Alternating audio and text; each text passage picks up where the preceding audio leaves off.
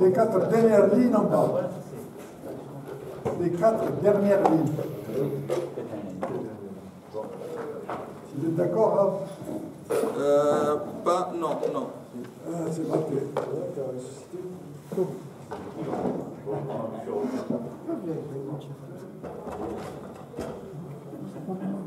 Les 4 dernières lignes. On peut les reprendre un peu. Ah. On est 3e ligne avant la fin. Non, c'est bien, c'est bien, non. Ah, merci. C'est gentil. Attends, Là, c'est la faute. Ok, on est 3 lignes avant la fin de la page. Moi j'ai dit les 4 lignes. Chafret Amoud Bet. Et après le mot Hilchata. Oui, vous voyez, en bas de la page, Chafret Amoud Bet, après le mot Hilchata. Umideka Metzaretz, Rav Ada Bar Ahava, Alib de Rabbi Yehuda. Shma Mina que Rabbi Yehuda Svirale. J'explique.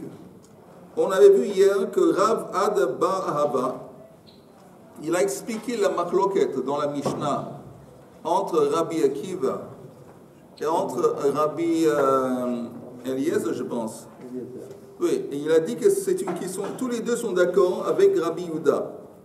Et si Rav Ada Bar Ahava, il dit ça, ça laisserait entendre que lui aussi, il est d'accord avec Rabbi Yehuda. Ça veut dire quoi? Qu'est-ce qu'il dit Rabbi Yehuda, pour vous rappeler? Rabbi Yehuda, il dit qu'il y a Mokse, il y a Nolad pendant Yom Tov. Et Rabbi Shimon, il dit qu'il n'y a pas. Ok? Mais apparemment, ça laisse entendre que lui, il est aussi d'accord. Il adopte l'opinion de Rabbi Yehuda qui dit qu'il y a Nolad.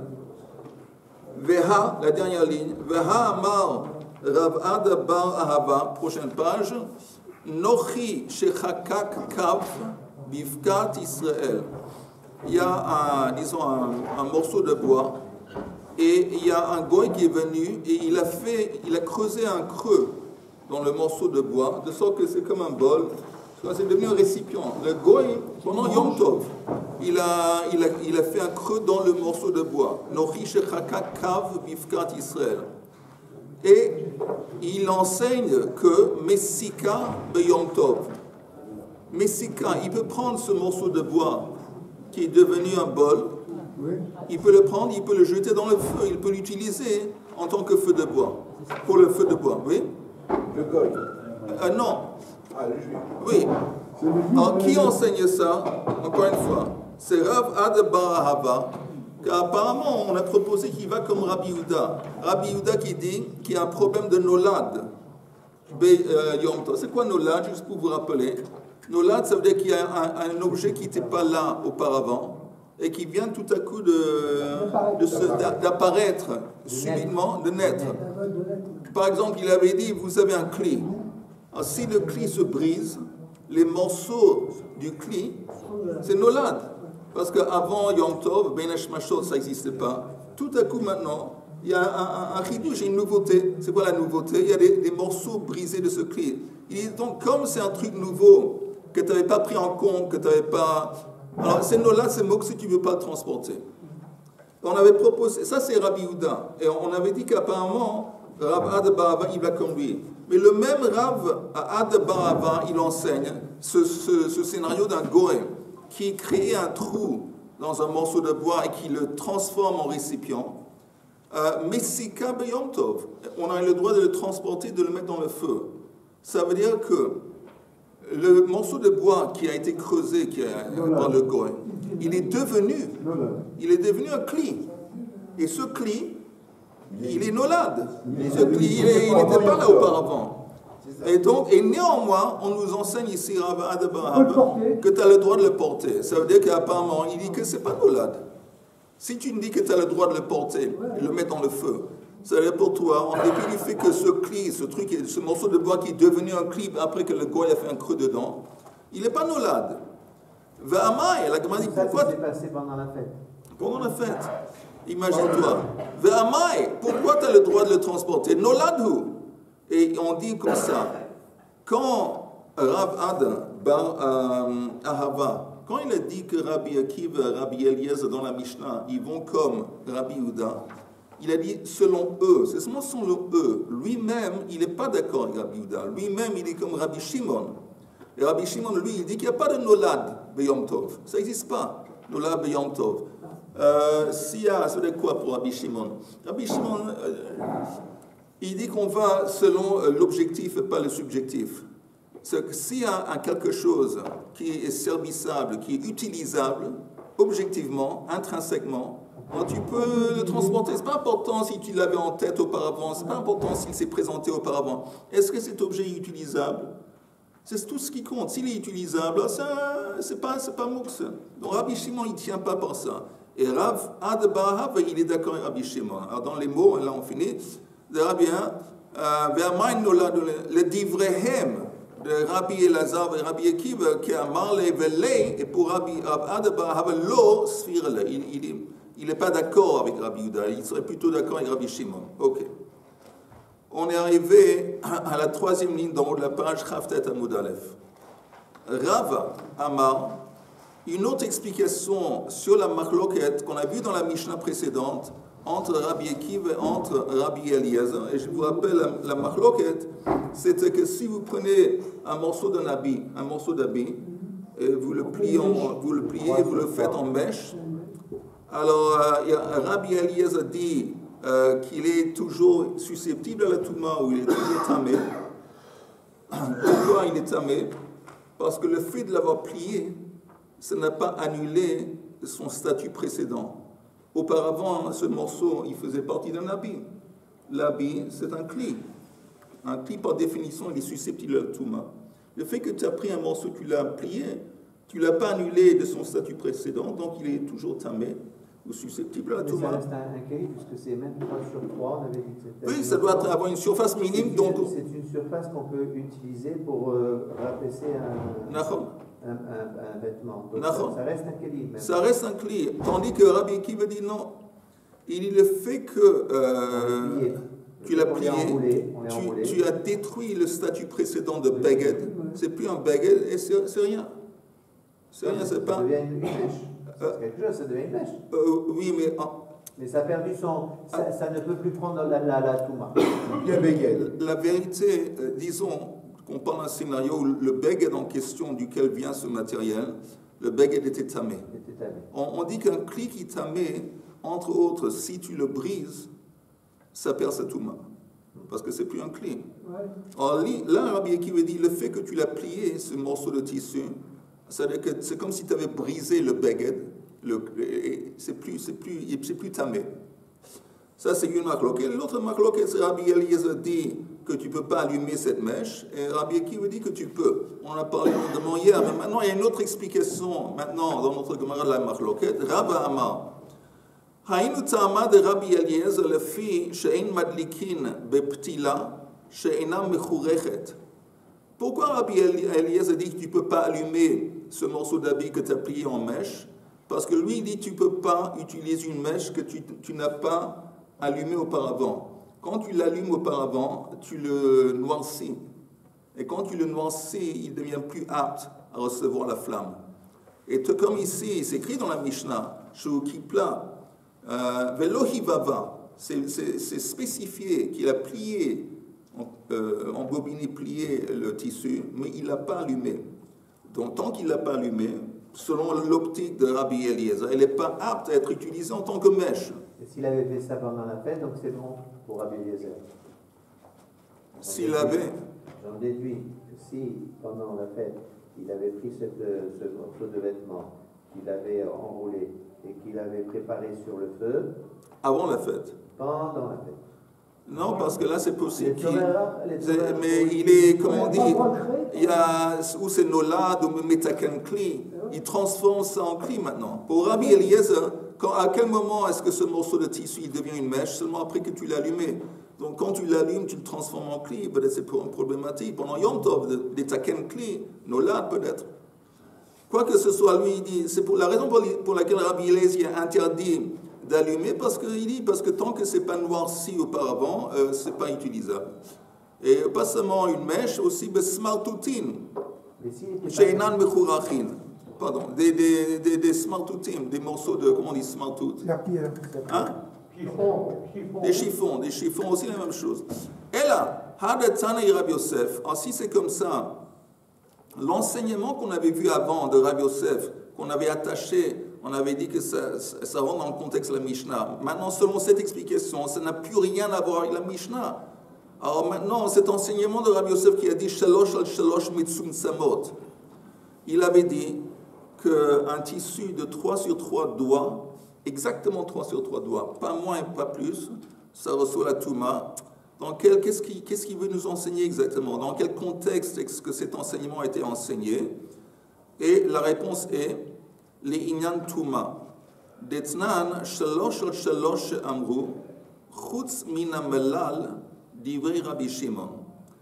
Quand vous avez un tissu, il y a des fois qu'on fait un rebord. Un ourlet. Hein? Un ourlet. Ourlet peut-être? Un ourlet? Ok, on fait un ourlet. Donc c'est une toute petite surface qui est cousue et qui est repliée sur le bord. Alors il dit, quand on dit sur 3 etzbaot, selon Rabbi Shimon, ça exclut le malal, ça exclut le ourlet.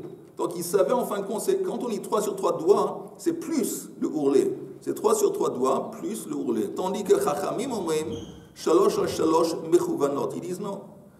Les 3 sur 3, c'est seulement ça. Ça veut dire que même si en fin de compte, on prend en compte dans les 3 sur 3 le ourlet, ça s'appelle toujours un cli. C'est toujours un morceau de tissu qui serait utilisable pour les pauvres. Même si en fin de compte, c'est un peu moins que 3 sur 3, parce qu'on prend en compte le ourlet, néanmoins c'est 3 sur 3. Donc, on continue. Quand on ouvre l'ourlet, ça va arriver à 3 sur 3. Ça va arriver en plus que 3 sur 3. Ça va arriver à 3 sur 3, non? Quand on va ouvrir l'ourlet, ça va être sa famille. Ah non, plus que 3 sur 3. Maintenant, devant moi, j'ai moins que 3 sur 3. Quand je le non, vois, non, j'ai 3 sur 3 et ça comprend le ourlet. Ça comprend le ourlet. Une fois que tu ouvres le ourlet, ça devient un peu plus. Mais ça, c'est la vie précédente. Non. La vie précédente, c'était quand il dit 3 sur 3, c'est à part le ourlet. Tu as 3 sur 3, oui. Et il faut prendre en compte aussi, ajoute aussi le ourlet. Donc en fin de compte, c'est un petit peu plus que 3 sur 3 parce qu'on prend en compte le ourlet. C'est la première opinion. Deuxième opinion, que 3 sur 3, ça comprend le ourlet, c'est tout. Ça veut dire que quand tu le défais de l'ourlet, il arrive à 3 sur 3. Selon le... Quand je défais l'ourlet, la superficie totale... Oui, selon la deuxième opinion. Donc, selon la deuxième opinion. En fait, ce sera un peu moins que 3 sur 3. Juste pour être sûr, non, je pense qu'on est d'accord, mais je suis sûr qu'on est d'accord. Que les 3 sur 3 de Chachamim, ça comprend le ourlet. Donc la surface sans le ourlet, c'est un petit peu moins que 3 sur 3 parce que ça comprend le ourlet. Alors si tu ouvres le ourlet, c'est 3, pourquoi ouvrir et fermer? Le reste sont simple. 3 sur 3, ça compris le ourlet, un point, c'est tout. On continue. Amar Rab Yehuda Amar Rav.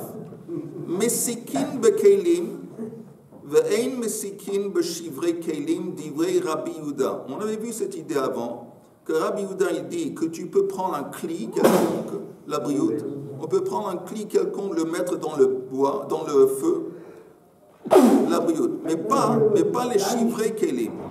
Mais tu peux pas prendre des morceaux brisés d'un cli pour Rabbi Yehuda, pourquoi pas? Mokse, c'est nolad. Tandis que Rabbi Shimon m'attire. Rabbi Shimon permet. On avait dit que pour Rabbi Shimon, il n'y a pas de nolad pour Yom Tov. Encore un cas similaire. Mais sikin betzmarim, tu peux prendre des dattes et les jeter dans le feu. Achalan, mais si tu as mangé la date, ein mesikin begarinehen, dit Rabbi Yehuda. Une fois que tu as mangé la date, tu ne peux pas prendre le noyau de la date. Parce que le noyau de la date, c'est comme encore une fois, nolad. Et donc tu ne peux pas, c'est un nouveau truc qui n'était pas là auparavant, tu ne peux pas. Rabbi Shimon, encore une fois. On sait qu'il était là.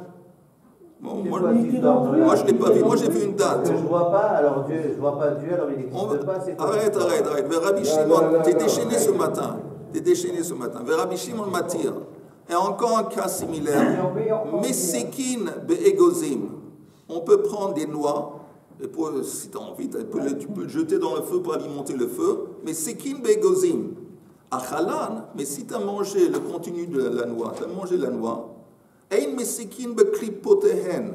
Tu peux pas prendre l'écorce, la noix. Ça, tu peux pas, parce qu'encore une fois, apparemment, ou ça sert à rien, c'est moksé, ça sert à rien, ou parce que c'est nolad. Ok? Et divrei Rabbi Yehuda et Rabbi Shimon m'attire. Maintenant, la question qu'on devait se demander, pourquoi nous enseigner 3-4 figures qui apparemment enseignent la même idée? C'est une répétition sur la même idée avec des exemples différents. Pourquoi répéter à trois reprises? Et la Gemara dit non, j'ai besoin.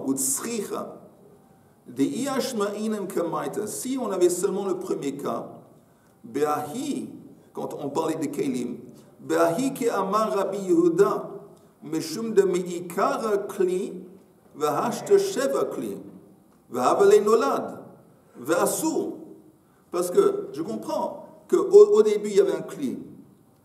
Et maintenant que ça s'est brisé, les morceaux du Kli, c'est évident, ils n'étaient pas là auparavant. Nolad. Et ça c'est Nolad. Donc ça je comprends, mais j'aurais pu dire, Aval Tmarim, si on a devant nous l'histoire des dates, de Me'ikar Garinin, Ve'hashte Garinin. Au début, il y avait, comme tu avais dit, au début, il y a un noyau. Il était là, le noyau. Ce n'est pas un nouveau truc subitement qui fait son apparence.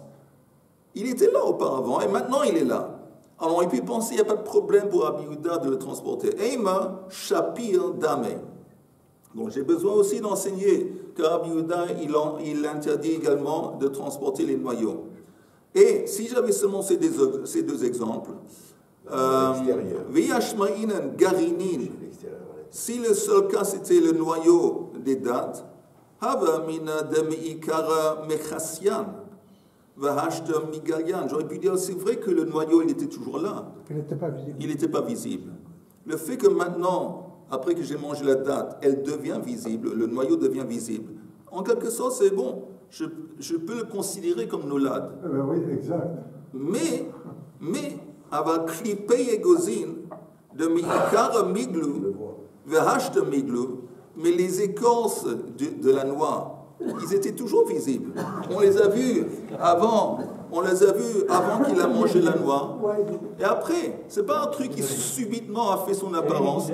Là, j'aurais pensé que Yehuda, il permet. Et on a besoin pour nous dire que non. Sricha, que non. Ok, c'est clair?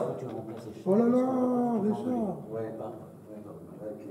Le fait de devoir casser ici, c'était pas cassé. Avant, quelqu'un m'a demandé pourquoi je dis bonjour, messieurs, dames. Est-ce que tout le monde a compris?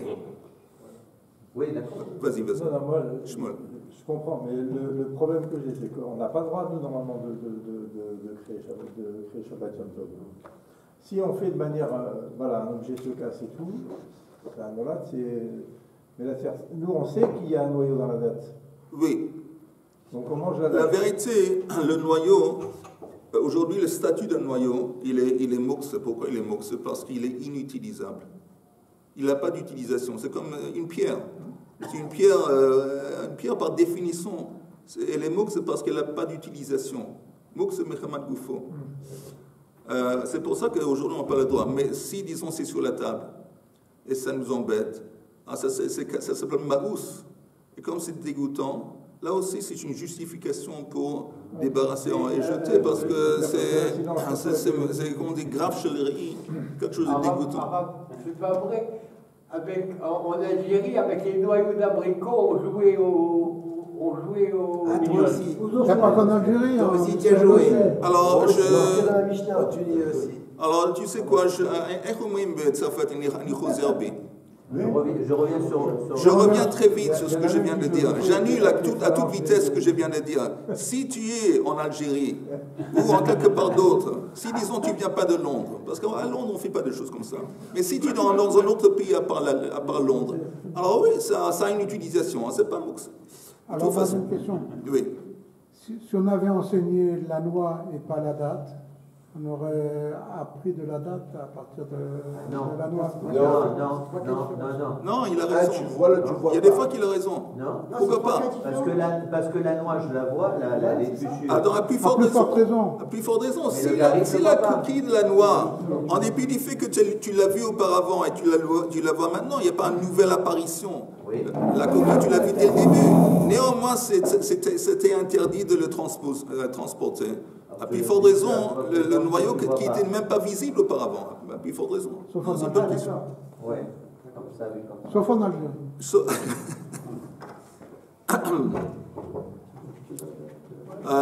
On continue. Veha de Rav, Lav befirouche itma. Ce que Rav a dit en citant Rabbi Yehuda, qu'on n'a pas le droit de jeter selon Rabbi Yehuda, de jeter les noyaux, il l'a jamais dit explicitement. Là, befirouche itma, el amichlala itma. Ça a été déduit. Comment? De Rav achal tmare. Rav, une fois, il a mangé des dattes. Veshada kashiata les bourria. Il a jeté les noix après qu'il avait mangé les dattes dans, disons, bourria, c'est dans un endroit où on fait du feu. Amarle, Rabbi Chia, il a vu Rav en train de faire ça, il lui a dit, Bar parte, fils descendant de grands personnages, c'est une expression, il lui a dit que Negdo, le même acte que tu as fait, c'était apparemment un jour de semaine, un jour de Chol, que Negdo be Yom Tov Asur, le même truc que tu as fait, si c'était Yom Tov, tu n'aurais pas pu faire. Yom Tov, si tu avais mangé la date, tu n'aurais pas pu prendre le noyau et le mettre dans le feu si c'était Yom Tov. Et Rav, il n'a pas répondu. Donc la Gemara demande Kibla Minei ou lo Kibla Minei. Est-ce qu'il a accepté ce que Rabbi Chia lui a dit ou pas? Ce que Rabbi Chia lui a dit, c'est basé apparemment sur Rabbi Yehuda. Que Yom Tov, tu ne pourrais pas parce que le statut du noyau, la Gemara dit Toshma. De qui ata Rav le Bavel, achal tmare, veshada kashiata le chivata. Alors, une autre histoire qui concerne Rav, que quand il est arrivé de visite en Bavel, il a mangé des dattes, il a jeté kashiata, les noyaux, il a donné ça à manger à des animaux. Des animaux qui mangent des noyaux, peut-être c'était des hippopotames, je sais pas, c'était des animaux qui mangent. Des autruches. Des autruches, ok. Alors la Gemara dit, est-ce qu'on n'est pas en train de parler My love parsiata. Parsiata, c'est des dattes qui viennent de la Perse. Qu'est-ce qui caractérise les dattes qui viennent de la Perse?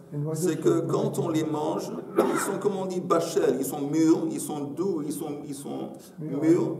Et la peau, la chair de la date, elle se détache facilement du noyau. C'est-à-dire, une fois que tu as mangé la date, le noyau, il est vide. Il n'y a rien qui se colle. Il n'y a aucun élément de la chair de la date qui est collé au noyau. Alors, si c'est le cas, alors, après qu'il a mangé ça, le noyau, il est tout à fait... et néanmoins, il a jeté. C'est-à-dire que Rabbi n'est pas d'accord avec Rabbi Yehuda. Maïlab parsiyata, velo kibla. C'est-à-dire qu'il n'a pas accepté ce que Rabbi Chia lui a dit. La Gemara dit non. Lo. Armiata. Armiata, c'est des autres espèces de dattes que justement, ils ne sont pas tellement mûrs. Et quand on les mange, il y a toujours un peu de chair qui est attachée au noyau. C'est comme le noyau, il y a toujours un peu de date qui est collé au noyau. Alors, tu as le droit de transporter le noyau à cause de l'élément de la chair de la date qui est rattaché. Donc, et si c'est comme ça, c'est possible qu'ils soient d'accord avec Rabbi Chia. Mais ici, c'est un cas différent. Amarle Rabbi Shmuel Bar Chana le Rabbi Yosef. Il dit, j'ai une question. Selon Rabbi Yehuda, Rabbi Yehuda de Amar Mesikin Bekelim, Vein Mesikin Beshivre Kelim. Il dit, j'ai un problème. Keivan de Adlik Behu, pourtant, il dit, Rabbi Yehuda, il permet de prendre un cli, parce que le cli, il n'est pas moxé, prendre un cli et de le mettre dans le feu. Mais une fois que tu commences à brûler le feu, une fois que le feu commence à brûler le cli, Keivan de Adlik Behu, pourtant, Havelei Shivre Kelim. Alors, le cli qui commence à se consommer. Merci. Non, je voulais juste savoir si vous étiez réveillés. Une fois que le cli commence à être consumé par le feu, il assume un statut de Shivre Kelim. Il devient brisé en quelque sorte. Il est considéré comme brisé parce qu'une fois qu'il a commencé à être consumé par les flammes, il a un statut de Shivre Kelim. Maintenant, si les Shivre Kelim, selon Rabbi Yehuda, il est mox. Dans les mots. C'est déjà en train de brûler quand ça devient des. Oui, c'est en train de brûler, mais néanmoins, maintenant dans le feu. Il y a une différence entre avant de brûler et pendant que ça brûle. Vous êtes en forme ce matin. Oui. Ouais. Alors, mais une fois après qu'il a commencé à brûler dans le feu, il assume un statut de Shivre Kelim. Ça veut dire que si c'est comme ça, comment ça se fait qu'on a l'habitude, ou selon Rabbi Yehuda, de toucher par la main, de prendre un bâton et de toucher les morceaux de bois de ce cli? C'est mox. C'est mox. Vous comprenez la question? Rabbi Yehuda, il dit, tu as le droit de prendre un cli et de le mettre dans le feu pour allumer, pour chauffer. Okay? Le cli, il n'est pas mox. Ok. Mais une fois que le cli commence à brûler dans le feu, il va s'abîmer dans le feu. Oui, il y a un morceau du cli. Alors le moment que ça se passe, une fois qu'on arrive à cette étape, ça assume le statut de Shivre Kelim. C'est comme un cli qui est cassé. Et Rabbi Yehuda dit, un cli qui est cassé, il est mox. S'il est mox, on n'aurait pas le droit de prendre un bâton ou un, je sais pas, et comment on dit, et de toucher le cli dans le feu. On n'a pas le droit parce que c'est mox. On commence, attends une seconde, attends. Comment ça se fait qu'il permet? Et l'explication est, après je retourne à la question de Ali. Kevan de Adlik Behu Purta, pendant Havalei Shivre Kelim, une fois qu'il va bouger ça dans le feu, il est en train de toucher un mox. Alors la Gemara dit de Avad que Rav Matna, parce qu'il se base sur l'opinion de Rav Matna. De Amar Rav Matna, Amar Rav, Eitzim shenashru min hadekel le tanour. Théoriquement, si on avait un morceau de bois pendant Yom Tov qui tombait d'un palmier, c'est tombé pile dans l'ouverture d'un four. Ok? Ce morceau de bois qui tombait directement du palmier et la branche dans le four, il a un statut de quoi? Nolad. T'as raison, Nolad. Parce que avant, au début de Yom Tov, c'était une branche. Et subitement, pendant Yom Tov, quand il se casse, ça devient un morceau de bois. Nolad. Alors, il tombe dans le tanour, Yom Tov. Qu'est-ce qu'on fait? Parce qu'on ne peut pas apparemment le toucher. Comment on dit? La perbo. En français. Il ne peut pas le remuer. Il ne peut pas le toucher quand il est dans le feu. Il est moxé. Alors, qu'est-ce qu'on fait? Marbe eitzim muchanim vemesekin. On ajoute encore des morceaux de bois qui ont été mis de côté la veille, qui ne sont pas moxés. On ajoute. Et on va l'annuler. Parce qu'on sait qu'il y a un concept qui s'appelle Batel Berov. Batel Berov. La majorité du... Alors, comme la majorité maintenant, il a ajouté encore des morceaux de bois, de sorte qu'il a annulé ce morceau problématique de bois qui se trouve dans le four. Oui, attends une seconde, attends. C'est ce qu'il fait. Mais, attendez une seconde. Mais un problème. C'est quoi le problème? On dit que l'homme mevatlim isur lechatrila. L'homme mevatlim isur lechatrila. Ça veut dire que, disons qu'on a besoin, disons un morceau de viande qui tombe dans un plat de lait, qui est à base de lait. La même idée, Batel Berov. Non, c'est pas le rov, c'est pas 60. C'est comme le rov. C'est plus que le rov, 60. Bon, quoi que ce soit, le rov. Et disons qu'on n'a pas le rov, on a 50-50. Alors on n'a pas le droit d'apporter encore des choses laiteuses et de rajouter ça parce que tu n'as pas le droit après coup de rajouter. Si quand il s'est tombé, au moment que c'est tombé dans la marmite, il y avait une majorité de morceaux de lait, az batel berov. Mais une fois qu'on s'est tombé dedans, une fois que c'est déjà, tu n'as pas le droit d'ajouter après coup pour annuler. Et c'est ce qu'on est en train de faire ici. Alors comment ça se fait qu'ici c'est permis? Et c'est une bonne question, je ne sais pas si j'ai la réponse. Je ne sais pas si je t'embête en te posant la question. Il y a d'abord Eli qui voulait demander une question. Non, mais par rapport à ce que tu viens de dire maintenant. Attends, d'abord Eli. Moi, si tu veux, non, mais c'est. Vas-y, Eli. C'est clair. Depuis hier, on entend beaucoup le mot kelim. Kelim. Oui. Kelim avec la date, kelim avec le tissu. Or, la définition du kelim, jusqu'à maintenant, en santé, il est kelim à partir du moment où il y a une bête qui boule. Mais quoi? S'il n'y a pas de bête qui boule, si c'est pas là, c'est pas de kelim. C'est faux. Comment c'est faux? C'est faux. Je te donne un exemple. Un habit, une chemise, il n'y a pas de bête qui boule. Une flèche. Tu as une flèche. La flèche, ça c'est considéré comme un cli. Mais il n'y a pas de bête qui boule dans la flèche. Mais la définition, attends, mais Eli, quand tu dis la définition d'un cli, il doit être un récipient. Attends, tu as dit qu'il doit être un récipient.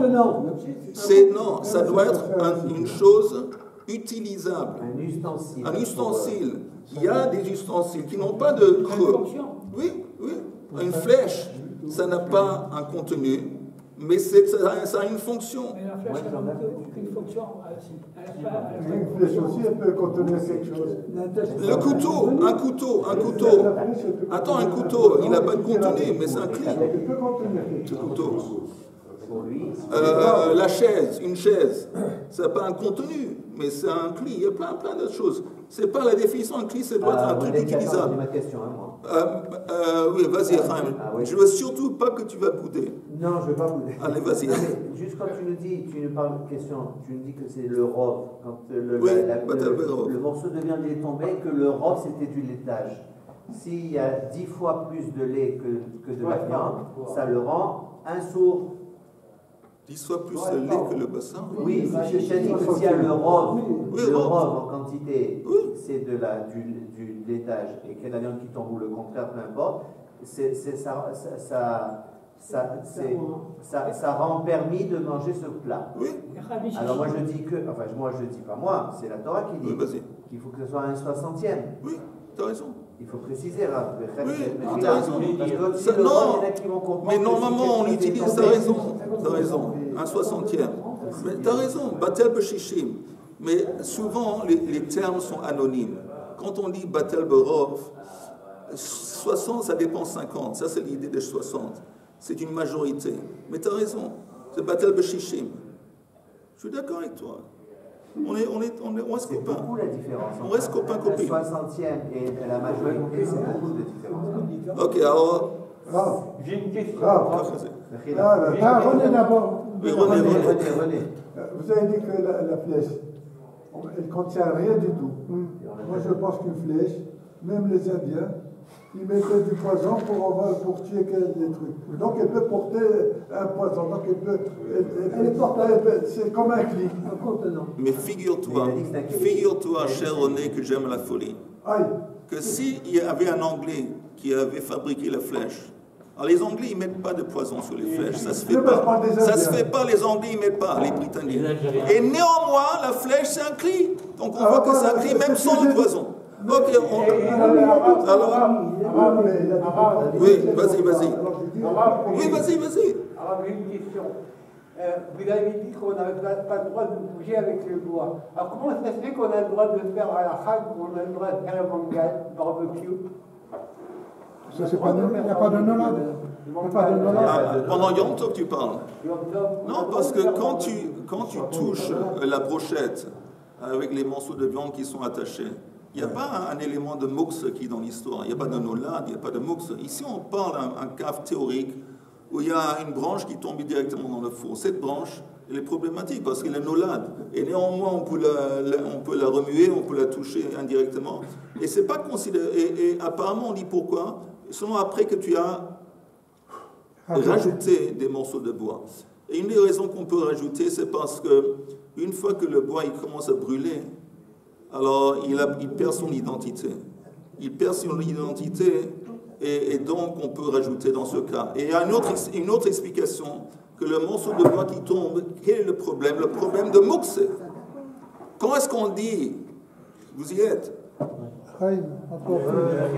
Comment est-ce qu'on dit chez l'homme Vatlim? Non, je suis pas marloquette. Moi, j'ai pas ça. C'est-à-dire, pas d'accord avec toi. Comment est-ce qu'on dit qu'on peut parler Vatsel Mukse le Khatrila pour un interdit midoraita? Par exemple, la viande et le lait. Ça, c'est un interdit d'oraita. Là, tu ne peux pas rajouter après coup. Non. Mais ici, quand on parle du morceau de bois, c'est... Oh, qu'est-ce qui se passe avec vous deux? Qu'est-ce qui se passe? Ils languissent. Comment ça s'appelle l'école buissonnière? Il y a une expression en français. Ils ont envie de l'école buissonnière comme ça. C'est bientôt, dans quelques minutes. Retenez-vous. Alors, encore une fois, si c'est un issur des rabbanan, Mukse, oui, après coup, on peut les vatel issur les khatrila. Mais chez les Indiens, c'est... On continue un petit peu. Je me demande juste si on va avoir le temps de finir. Non. Non.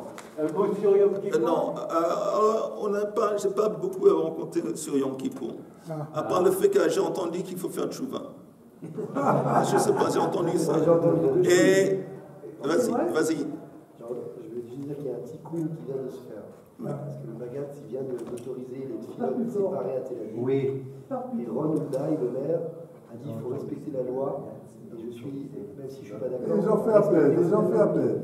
Et ça, c'est l'Itaken. On est en train d'avoir des chouettes extraordinaires. C'est quoi le deuxième? Tout ce qu'on peut prier et espérer, on peut seulement prier et espérer que dans l'endroit où ils vont prier, il ne va pas néanmoins avoir des chouyotes. Mais même s'il y a, il faut comprendre que les gens qui font des chouyotes, ça représente une minorité tellement petite, comme on dit, Batel Berov. Mais très vite, Yom Kippour... Pas tellement Batel, parce que l'année dernière, avant le 7 octobre, on parlait que de ça. Oui, mais ça, c'est l'année dernière. Après ce qu'on a passé, je pense qu'ils sont devenus une minorité beaucoup plus petite. Je pense, j'aimerais penser. Mais vis-à-vis de Yom Kippour, ça vaut la peine Yom Kippour. Juste l'idée de Yom Kippour, que tu cours dans les mains de papa. Tu cours dans les mains de papa. Tu vas dans les mains et ton père t'embrasse. Une fois que ton père t'embrasse, alors toute l'idée de punition et l'idée de sévérité, ça tombe à l'eau. L'idée, c'est de se connecter à Kadosh Baruch Hu. Le plus on se connecte à Kadosh Baruch Hu, là on est épargné, sauvé de tout Midat Adin Bezrat Hashem. Juste se rattacher à la source de la vie, à Kadosh Baruch Hu, qui est notre Père. Il n'y a personne dans le monde qui nous aime autant qu'Akadosh Baruch Hu. Personne. J'ai vu une très belle chose avant quelques semaines. Il y avait mon fils il était là un Shabbat, et son fils à lui était assis sur une chaise assez haute, et il était comme ça, et mon fils, il a pris la chaise sur laquelle son bébé son bébé, il avait 3-4 ans, et il a pris comme ça, il a fait comme ça. Il a fait comme ça, juste exprès pour le surprendre un petit peu, pour le faire peur. Et le bébé, c'est un costume, il n'a pas réagi. Il n'a rien dit. Mon fils lui dit, t'as pas peur? Il dit, pourquoi tu es mon père. Je sais que tu ne vas pas me laisser tomber. Et j'ai dit que ça, ces paroles qui sont sorties de cet enfant, pour nous, c'est une grande chose. Il faut savoir qu'Akadosh Baruch Hu, c'est notre père. Et ça n'existe pas qu'il va nous laisser tomber. Donc même quand on passe des mauvais moments dans la vie ou des épreuves, il faut toujours se rappeler, c'est notre Père, il ne va jamais nous laisser tomber, il s'occupe de nous très très bien. On n'a pas... Si c'est notre Père, donc c'est Fils.